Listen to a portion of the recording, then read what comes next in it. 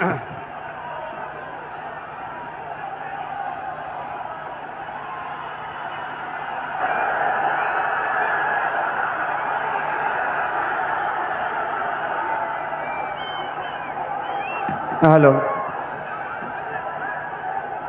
যে উদ্দীপনা উচ্ছ্বাস সবটাই কিন্তু আমাদের দলের প্রতিষ্ঠাতা প্রাণপুরুষ পীরজাদা আব্বাস সিদ্দিকীর ভাইজানের কাছেই কিন্তু ক্রেডিট যাবে। ভাই, পেছনের লোকেরা একটু দেখছে, আপনারা বসে পড়ুন। যারা এই দূরে আছে একটু বসুন না, আপনাদের পেছনে তো বসা যাবে। ভাই বসে পড়ুন তো, ভাই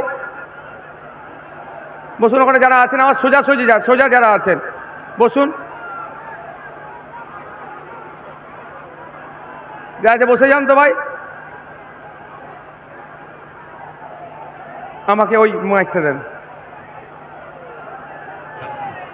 যারা আমার সোজাসুজি যারা আওয়াজ যারা যাচ্ছেন তারা বসেন ভাই। হ্যাঁ, না থাক। এই ভাই, মিডিয়ার বন্ধুদের সাথে কেউ মিডিয়ার বন্ধুদের সাথে কোনো খারাপ আচরণ করবেন না। আপনারা ঠিক করে বসতে পারেননি বলে আমি কিন্তু একবার জাস্ট বসেছিলাম, তারপরে সারাক্ষণ কিন্তু আমি দাঁড়িয়ে আছি। আপনারা লক্ষ্য করেছেন কি? মিডিয়ার আমাদের বন্ধু মানুষ, সুতরাং মিডিয়ার বন্ধুদেরকেও তাদের কাজটা করতে দিন। আমি অনুরোধ করব, যারা মিডিয়ার ভাইয়েরা, আপনাদের চেয়ার দেওয়া আছে, আপনারা বসুন। চেয়ার দেওয়া আছে, আপনারা বসুন। আপনাদের মেশিনটা ফিট করে দিয়ে আপনি বসে পড়ুন। চেয়ার দেওয়া আছে। भैया आप इधर आ जाओ ना, पीछे का आदमी डिस्टर्ब हो रहा है। এই তোমরা কথা বলছো কেন ভাই আমার? আপনি চলে আসেন না, জায়গা আছে বসার, চেয়ার দিচ্ছে। এই না কে, একটা চেয়ার দাও তো, একটা চেয়ার দাও তো, একটা চেয়ার দাও, একটা চেয়ার আনতে পারছো না? সাহেব आप आ जाइए, এই চেয়ারটা দিয়ে দাও ভাই, দাও। এ ভাই, আপনার হয়েছে, আপনি বসেন না। আমি 10 মিনিট টাইম নেব আপনাদের কাছে। কারো অসুবিধা আছে? 10 মিনিট ধৈর্য ধরতে পারবেন তো? আমার পূর্বেকার বক্তারা আজকের এই অধিকার মহাসমাবেশ নিয়ে তাদের জ্ঞান গর্ব আলোচনা করেছেন। কেন আজকে আমরা শহীদ মিনারের ময়দানে এসে উপস্থিত হয়েছি আমাদের অধিকারের জন্য, সেই বিষয়ে তারা দীর্ঘক্ষণ চর্চা করেছে। আমি আপনাদের কিঞ্চিত বলবো, সাথে 2026-এর বার্তা আমরা দেব যে আগামী নির্বাচনে আমরা কি চাইছি, কি করতে চাইছি, সেটা এখানে যারা হাজার হাজার মানুষ উপস্থিত হয়েছেন এই বার্তা নিয়ে গিয়ে পাড়াতে পাড়াতে, মহল্লাতে মহল্লাতে, বুথে বুথে, চায়ের দোকান থেকে শুরু করে পাড়ার রকে, যে যেখানে, খেলার ময়দানে যে যেখানে থাকেন, এই বার্তাটা আমাদের পৌঁছে দিতে হবে। আইএসএফ এর বার্তাকে। আমাদের আইএসএফ এর লক্ষ্য উদ্দেশ্য কি? আইএসএফ এর লক্ষ্য উদ্দেশ্য হচ্ছে যে সমাজ ব্যবস্থার পরিবর্তন করতে হবে। এক মফস্বল এলাকার মানুষ, সুন্দরবনের মানুষ, দার্জিলিংয়ের মানুষ, দিনাজপুরের মানুষ, মালদার মানুষ, বাঁকুড়ার মানুষ, বীরভূমের মানুষ, হুগলির প্রত্যন্ত গ্রামের একটি মানুষ আপ কেন ট্রিটমেন্ট করতে গিয়ে কলকাতার সরকারি হসপিটালের দ্বারস্থ হতে হবে? Indian secular front alternative politics provide করছে। ইন্ডিয়ান সেকুলার ফ্রন্ট কল দিচ্ছে 2026 সালে যদি আমাদেরকে আপনারা সরকারে নিয়ে আসেন, আমরা এই 5 বছর একটা সরকারের সময় পাই, 5 বছর 5টা জেলাতে আমরা কলকাতার পিজি, এনআরএস, আরজি করের মতো স্টার হসপিটাল আমরা বানিয়ে দেব। তাহলে গ্রামের মানুষকে আর শহরে উপস্থিত হতে হবে না। আমরা কল দিচ্ছি আপনাদের। আজকে দেখলে দেখা যাবে শিক্ষা ব্যবস্থা তলানিতে চলে যাচ্ছে। 2012 থেকে 2024 এই সমকালে পশ্চিমবাংলায় প্রায় 25,000 প্রাইমারি স্কুল বন্ধ হয়ে গিয়েছে। তাই আজকে আমরা এই মঞ্চ থেকে ঘোষণা দিচ্ছি, শুধু বন্ধ হয়ে যাওয়া স্কুলগুলো চালু করা নয়, নতুন নতুন শিক্ষা প্রতিষ্ঠান হবে, কলেজ তৈরি হবে, নতুন নতুন শিক্ষা প্রতিষ্ঠান হবে, কলেজ তৈরি হবে। সাথে সাথে ইউনিভার্সিটিও তৈরি হবে। দুর্ভাগ্য আমাদের মুর্শিদাবাদ জেলা সারা ভারতবর্ষের পিছিয়ে থাকা জেলাগুলোর মধ্যে যদি আমরা খোঁজ করি একটা জেলা পাবো মুর্শিদাবাদ জেলা। সেই জেলাতে এখনো পর্যন্ত একটা ফুল ফ্লেজের ইউনিভার্সিটি দেখতে পাচ্ছি না। আমরা শুধু মুর্শিদাবাদ জেলা নয়, 10 লক্ষ 20 লক্ষ মানুষের গড়ে প্রতিটা জায়গায় আমরা সেই ইউনিভার্সিটি তৈরি করব। উচ্চ শিক্ষায় শিক্ষিত যাতে হতে পারে আমাদের সমাজের ছেলেরা, তার ব্যবস্থা আমরা করব যদি 2026 সালে বাংলার মানুষ আমাদেরকে সুযোগ দেয়। আপনাদের জানিয়ে রাখি, আজকের রাজ্য সরকার যে বিচারিতা করছে সংখ্যালঘুদের সাথে, দলিতের সাথে, আদিবাসীর সাথে, সেই বঞ্চনা থেকে আমরা অবসান ঘটাবো। हमारे यहाँ पे प्यारे, हमारा सबका प्यारा बाबा साहेब अम्बेडकर जी का उनका 3rd जनरेशन प्रकाश अम्बेडकर जी एसेছেন এখানে। हम आपको बोलना चाहते हैं, बंगाल में जो अभी सरकार चल रहा है सिर्फ नाम का सरकार चल रहा है, आखिर में सर्कस चला रहा है।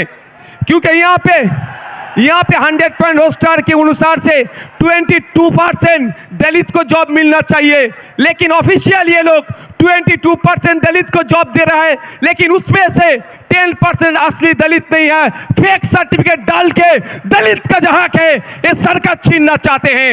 हम लोग का लड़ाई है 22% असली जो दलित है उनको जॉब मिले, वही लड़ाई हम लोगों का है। यहाँ पे 6% रिजर्वेशन है एसटी कम्युनिटी के लिए। दुख की बात है बंगाल में 1 करोड़ आदिवासी नहीं है, लेकिन 1.5 करोड़ एसटी सर्टिफिकेट प्रोवाइड किया गया है। इसका मतलब यही होता है जे 6% जो है, जब उसमें से असली जो आदिवासी है उनको नहीं मिल रहा है, उसको छोड़ के जो नॉन आदिवासी है, जो आदिवासी के जो संरक्षण है, जो रिजर्वेशन है, उसमें से वो लोग खा जा रहे हैं। तो हमारा मोर्च इस दिन आज यहाँ से ऐलान करना चाहते हैं, अगर हम लोग सत्ते में आएंगे 22% जो दलित के लिए जॉब है, रिजर्वेशन उनको सही से मिलेगा।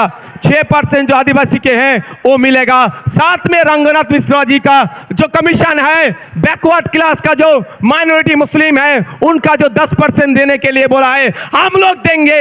100টা চাকরি হলে 10টা অনগ্রসর মুসলমান চাকরি পাবে, 22টা দলিত চাকরি পাবে, 6 জন আদিবাসী পাবে প্রকৃত।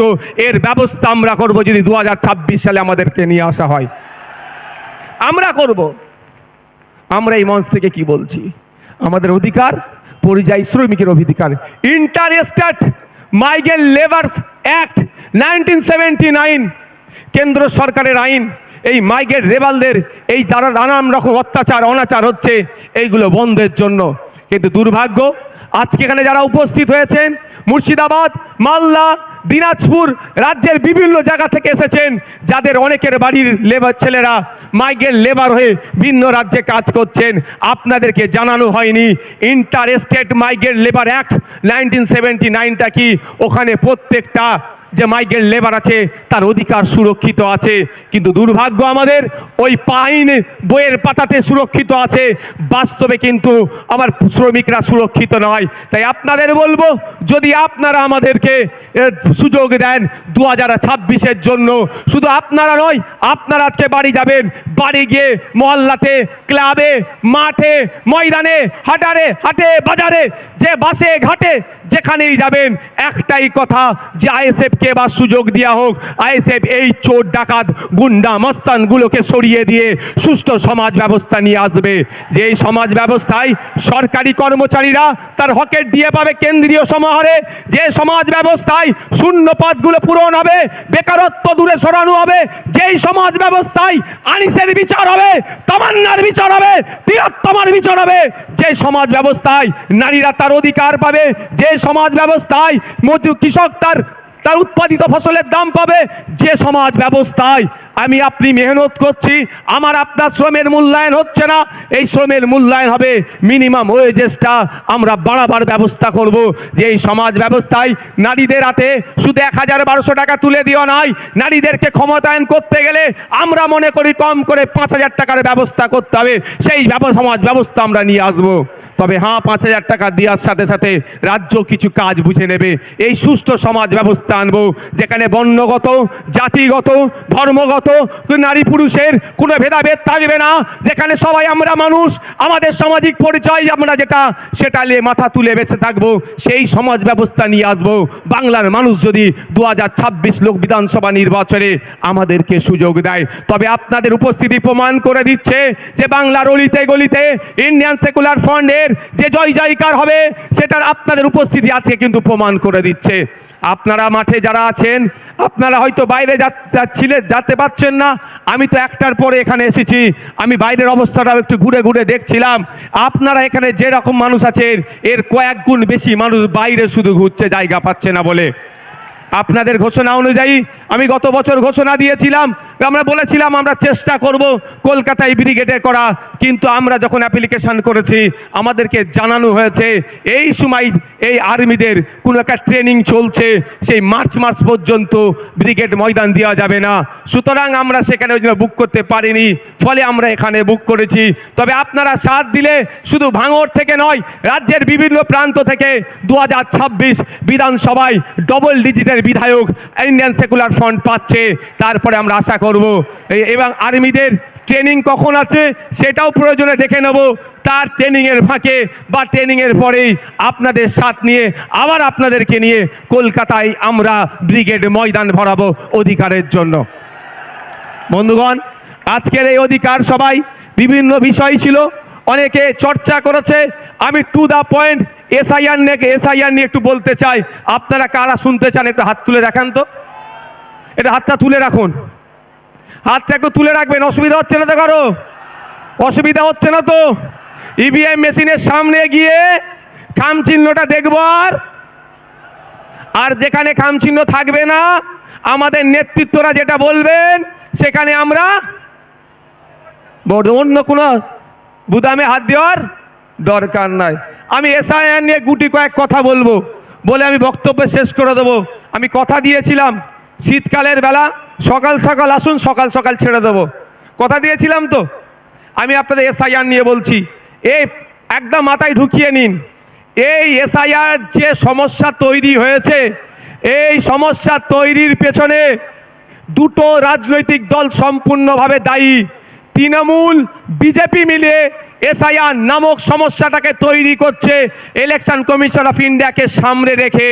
তাই আমাদের যেভাবে অহেতুক হয়রানি পেরেশানি করা হচ্ছে, এর জবাব আমরা ইভিএম মেশিনে গিয়ে এই তৃণমূল আর বিজেপির বিরুদ্ধে আমরা দিয়ে দেব। আমি প্রমাণ দেব আপনাদের, প্রমাণ ছাড়া আমি কথা বলি না। আমি প্রমাণ দিয়ে দেবো একটা একটা করে। যদি আপনাদের শোনার এনার্জি থাকে আমি তাহলে শোনাবো। এনার্জি আছে তো ভাই? তাহলে আমি শুনিয়াবো। একটু পোলটা খোলা দরকার। সাপ হয়ে কামড়াচ্ছে আর ওজা হয়ে ঝাড়ার চেষ্টা করছে। সাপকেও ধরতে হবে আর কামড়ানোতে আসার আগে তাকে ধরে নিতে হবে। আপনাদের মাবি বলে রাখি, 2021-এ নির্বাচন পার হয়েছিল সিএ এনআরসির ভয় দেখিয়ে। সিএ এনআরসি করে দেশ থেকে তাড়িয়ে দেবে।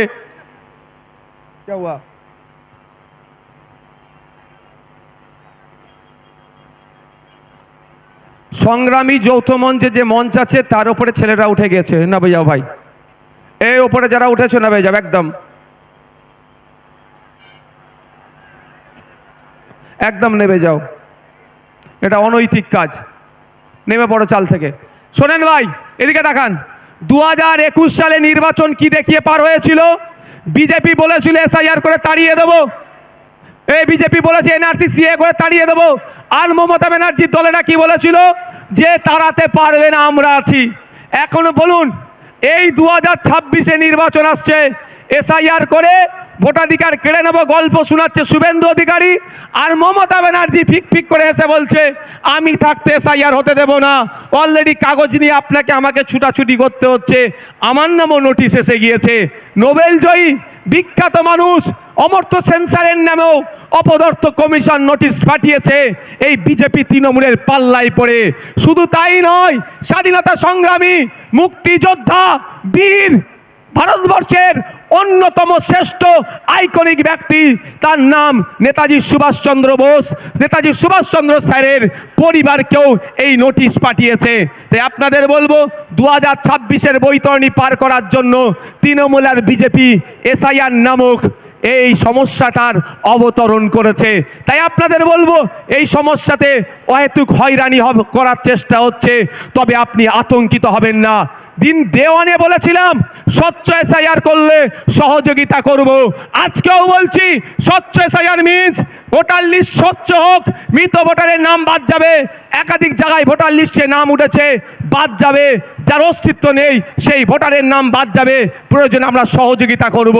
কিন্তু স্বচ্ছতার নামে নির্বাচন কমিশন যে অহেতুক হয়রানি করছে এর জবাব দেওয়ার জন্য প্রশ্ন করেছিলাম আমরা নির্বাচন কমিশনে। শুধু তাই নয়, আপনাদের এই নওশাদ সিদ্দিকী কামচিহ্ন নেতা সুপ্রিম কোর্টে গিয়ে আপনাদের জন্য মামলা করেছে। আপনাদের বলে রাখি, দুটো কাজ এই মুহূর্তে মমতা ব্যানার্জি যদি করে, দুটো কাজ যদি এই মুহূর্তে মমতা ব্যানার্জি করে, হয়রানিও বন্ধ হবে, আতঙ্কিত হবেন না। দুটো কাজ কি কি বলে দিচ্ছি, শর্ট টাইম, আমি বেশিক্ষণ বলবো না, বলেছি আপনাদের। প্রথম কাজ হচ্ছে ওয়াল পার্টি মিটিং ডাকা। মমতা ব্যানার্জি ওয়াল পার্টি মিটিং ডাকুক, সমস্ত রাজনৈতিক দলের নেতাদেরকে ডাকুক। যেই পরিস্থিতি বাংলার স্বাধীনতা সংগ্রামী পরিবার থেকে শুরু করে, পীর পরিবার থেকে শুরু করে, বিভিন্ন ধর্মীয় পরিবার থেকে শুরু করে, বিভিন্ন যাদের সামাজিক প্রভাব প্রতিপত্তি আছে, সব সমেত সাধারণ মানুষদেরকে অহেতুক হয়রানি হচ্ছে, এই হয়রানি বন্ধ আমাদের করতে হবে। অল পার্টি মিটিং ডাকা দরকার। কেমন অল পার্টি মিটিং আপনাদের জানিয়ে রাখি, বর্বর পাকিস্তানিরা যখন এসে পেহেলগাঁওতে আমাদের দেশের নাগরিককে খুন করলো, সেই সময় অল পার্টি মিটিং ভারত সরকার ডেকেছিল। সেই সময় কংগ্রেসের পক্ষ থেকে বলেছিল পাকিস্তানের বিরুদ্ধে অল আউট যাও, আমাদের কোনো অবজেকশন নাই। আজকে মমতা ব্যানার্জি যদি অল পার্টি মিটিং ডাকে, মমতা ব্যানার্জি ডাকে কেউ আসুক আর নাই আসুক, ইন্ডিয়ান সেকুলার ফ্রন্ট যাবে বাংলার নাগরিকদের সাথে, সেখানে গিয়ে বলবে স্বচ্ছতার সাথে যে কাজ পশ্চিমবাংলা সরকার করতে চাই আমরা প্রস্তুত আছি বাংলার মানুষের জন্য, করবে। তাহলে আপনি আতঙ্কিত মুক্ত হবেন তো ভাই? কিন্তু চায় না আপনি আতঙ্কিত মুক্ত হন মমতা ব্যানার্জির দলেরা। এরা চাই আপনি পেরেশানে থাকুন। আপনি পেরেশানে থাকলে প্রশ্ন করতে পারবেন না মাদ্রাসায় টিচার নেই কেন। আজকে দেখুন কলকাতায় গতকালকে খোঁজ নিয়ে দেখুন প্রায় 33 দিন এই ঠান্ডাতে তারা পড়ে আছে আনএডেড টিচারগুলো। এমএসকেএসএসকে টিচারদের সাম্মানিকটা ঠিকঠাক পাচ্ছে না। মাদ্রাসায় 10,000 শূন্য পদ হয়ে গেছে, পরিকাঠামো ধ্বংস হয়ে গেছে, স্কুলে টিচার নাই, হাই স্কুলে টিচার নাই, শিক্ষার পরিকাঠামো ধ্বংস হয়ে গেছে। আপনি এটা প্রশ্ন করবেন না এসআইআর এর কাগজ নিয়ে ছুটাছুটি করবেন? এই ছুটাছুটি করার জন্য আপনাকে এই পদক্ষেপগুলো গ্রহণ করছে না। দ্বিতীয় হচ্ছে বিধানসভায় নিন্দা প্রস্তাব পাস করানো হোক। বিধানসভায় নিন্দা প্রস্তাব পাস করানো হোক। যেভাবে অহেতুক হয়রানি করা হচ্ছে এটা অত্যন্ত নিন্দাজনক কাজ। সেখানে নিন্দা প্রস্তাব পাস করানো হোক।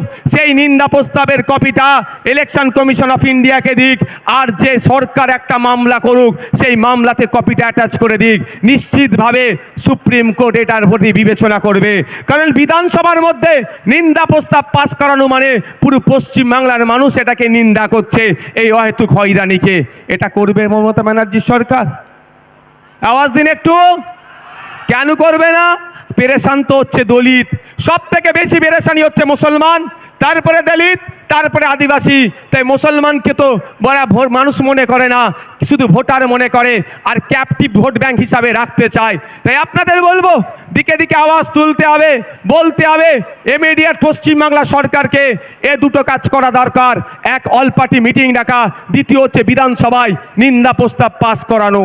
এরপরও আপনাদের বলছি, আমার উপরে কেন এদের রাগ বুঝতে পেরেছেন? 77টাকে নিয়ে কিছু নয়, নওশাদকেই হারাতে হবে। কারণ আমি তো এদের পয়েন্টে পয়েন্টে এদের ভুলগুলো ধরিয়ে দিই, ওই জন্য ওদের জয়েন্টে জয়েন্টে ব্যথাটা করে যায়।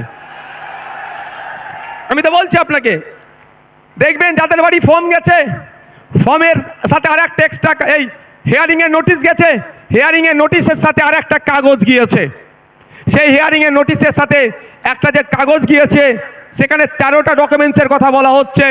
যাদেরকে হিয়ারিংয়ে ডাকা হচ্ছে, এই 13টা ডকুমেন্টসের মধ্যে কোনো একটা ডকুমেন্ট সাবমিট করলে তার হিয়ারিংটা সে পজিটিভ হয়ে যাবে, অর্থাৎ তার অসুবিধা হবে না, এটা বলছো তো? আচ্ছা, আমরা এই এসআইআর নিয়ে এত দুটো মেনলি সমস্যার সম্মুখীন হতে হচ্ছে আমাদের। একটা, টাইম লস হচ্ছে, দাঁড়াতে হচ্ছে, অব্যবস্থা। ওখানে এই গেটের ওখান থেকে সরে যাও তো, এই গেটের ওখান থেকে সরে যাও, গেট থেকে সরে যাও, দেখতে পাচ্ছ না? এই সবার উপরে উঠে বসুন, নিচে বসুন না, বসুন।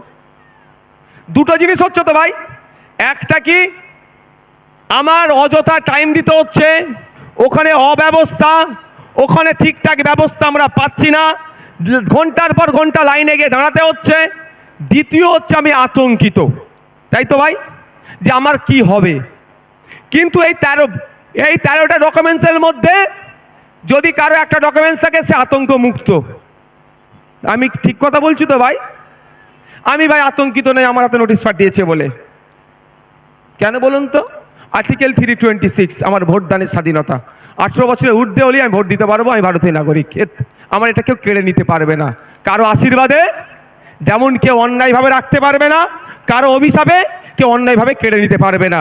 যাক, আমি আপনাদের বলি, এই নোটিশের 6 নম্বর পয়েন্টটা দেখুন কি লেখা আছে।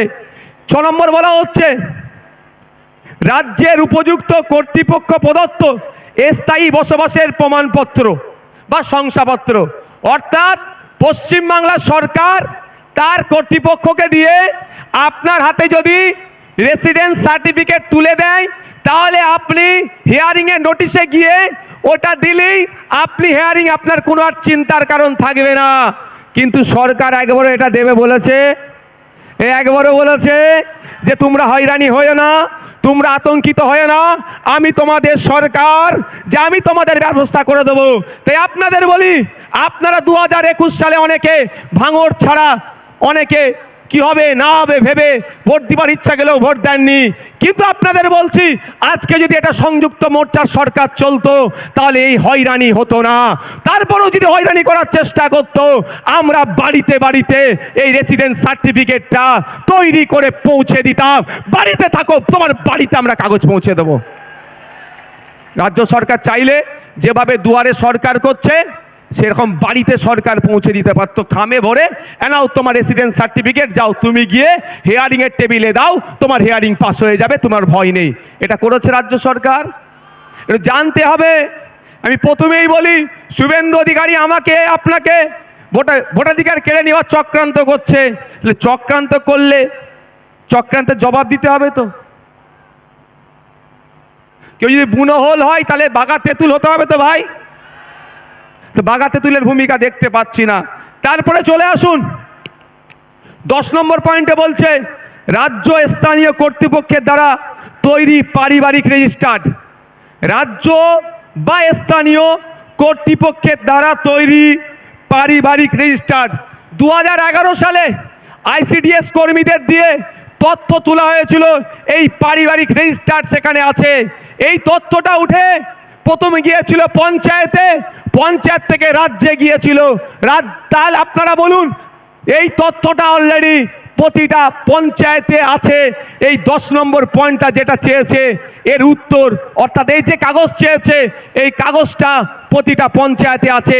রাজ্য সরকার 2023-এর পঞ্চায়েত নির্বাচনে একছত্র ভোট লুট করেছে। সেই ভোট লুট করতে গিয়ে আমরা আমাদের ভাঙড়ের 3 ভাইকে হারিয়েছি, শহীদ মহিউদ্দিন, শহীদ হাসান, শহীদ রেজাউল গাজী।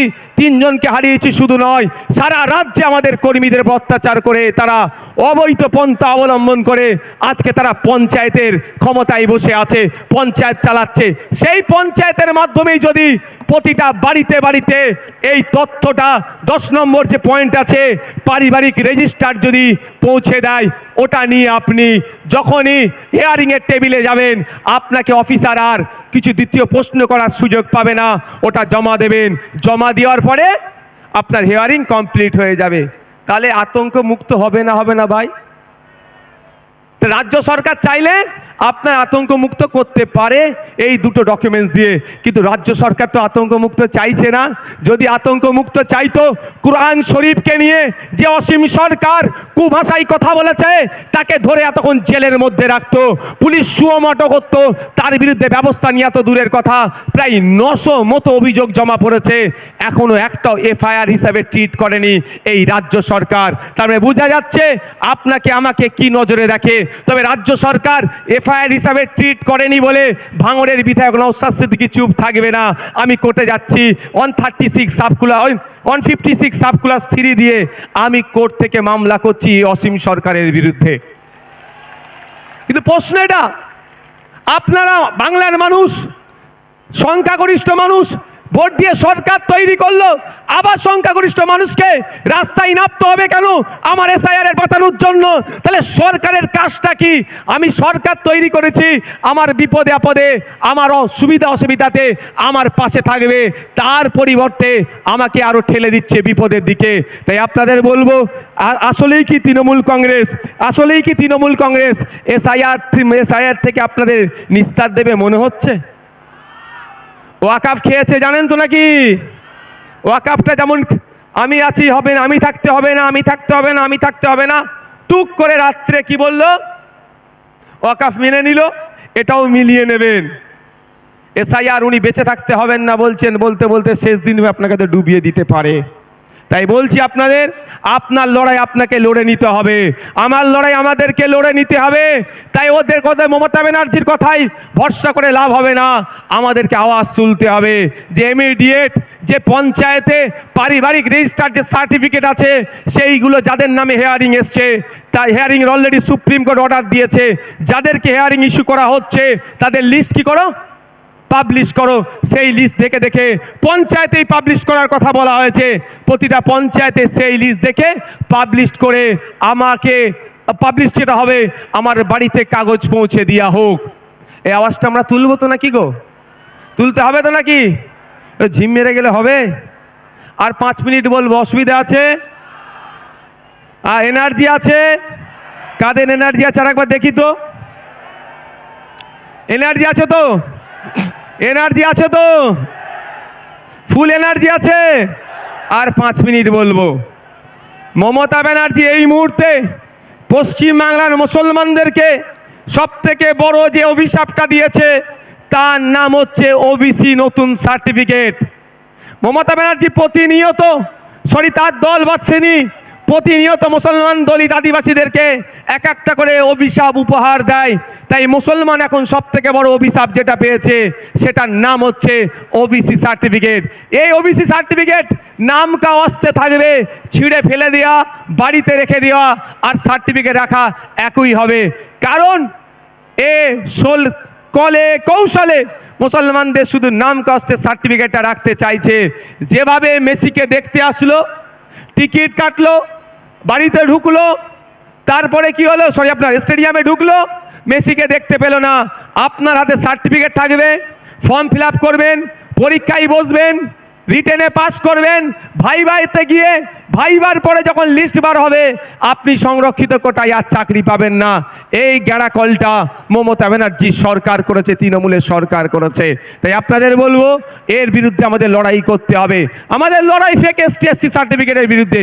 প্রকৃত যিনি দলিত সে চাকরি পাচ্ছে না, প্রকৃত যিনি আদিবাসী সে চাকরি পাচ্ছে না, প্রকৃত যে অনগ্রসর শ্রেণীর মুসলমান সে চাকরি পাচ্ছে না। এর বিরুদ্ধে আমাদের লড়াই। যারা প্রকৃত অর্থে চাকরির প্রয়োজন, উচ্চশিক্ষায় সংরক্ষণের প্রয়োজন, তাদেরকে ক্ষমতায় নিয়ে আসতে হবে। তাই আপনাদের বার্তা দিচ্ছি, আপনারা যদি আমাদের সুযোগ দেন আমরা নিয়ে আসবো। তবে একটা কথা বলি, মমতা ব্যানার্জির বিশ্বাস হচ্ছে না আমার, তিনি এসআইআর এর বিরুদ্ধে সত্যিকারের লড়াই করবেন। বাসন্তীতে হেয়ারিং এর পরে আপনার রিসিপ্ট দিচ্ছিল না, আমাদের কর্মীরা গিয়ে আন্দোলন করে রিসিপ্ট যখন দেওয়ালো তার কিছুক্ষণের মধ্যে পুলিশকে পাঠিয়ে তৃণমূলের নেতা এসে আমাদের কর্মীদের ওখান থেকে সরিয়ে দিল। এটা মানে কি? রিসিপ্ট দেওয়া তো ভালো কথা, তারপরে খবর পেলাম আর রিসিপ্ট দিচ্ছে না। তাহলে এই যে চক্রান্ত বিজেপি করছে, সেই চক্রান্তের সাথে কিন্তু তৃণমূলও একইভাবে যুক্ত আছে।